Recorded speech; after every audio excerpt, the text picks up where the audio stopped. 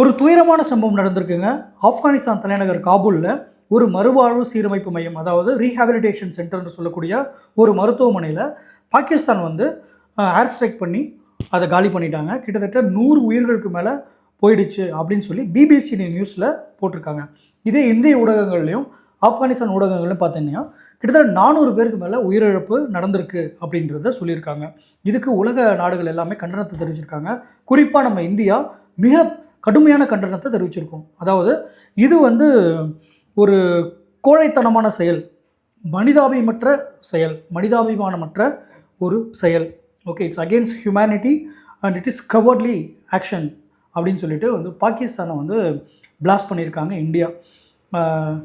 இது வந்து என்ன சொல்கிறது, ஒரு ஹாஸ்பிட்டலில் போய் குண்டு போடுறதுன்றது எந்த அளவுக்கு வந்து ஒத்துக்க முடியும் அப்படின்னு தெரியல. இது வந்து ஒரு போர்க்குற்றமாக தான் பார்க்கப்படும். உங்களோட கருத்து என்னன்றதை சொல்லுங்கள். நாம் எப்பயுமே சமாதானத்தின் பக்கம் தான் நிற்கிறோம். பீஸ் தான் வேணும். எந்த போரையும் நான் ஆதரிக்கல. உங்கள் கருத்து என்னன்றதை சொல்லுங்கள். இந்த மக்கள் வந்து நிம்மதியாக வாழறதுக்கு என்னோடய ப்ரேயர்ஸ்.